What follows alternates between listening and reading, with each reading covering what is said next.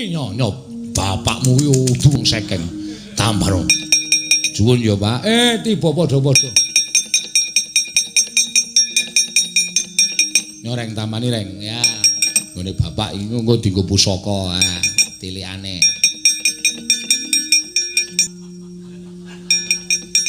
Ya, kurang ajar ta, Tru. Ha piye? Ming ditulisi kamu belum beruntung niku.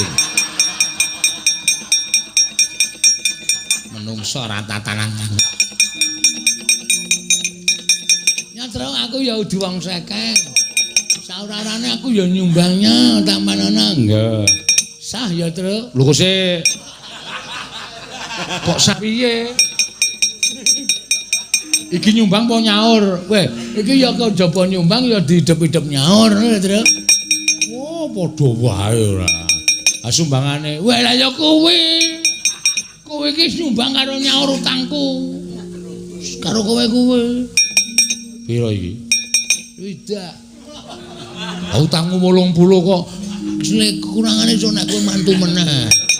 Aku mantu niki mung pisan niki kok. Wis aja do gumerah, Petruk engko sing nyaurke aku Bagong. Mak tratap aku. Sing nyaurke Bagong aku. Wah, ora ngoten. Matur nuwun. Amargane nek ora ngono Bagong iki wong licike. Saya, Tru. Yo. Wis ora. Ora mangan lho kok. Ngombe. Yo.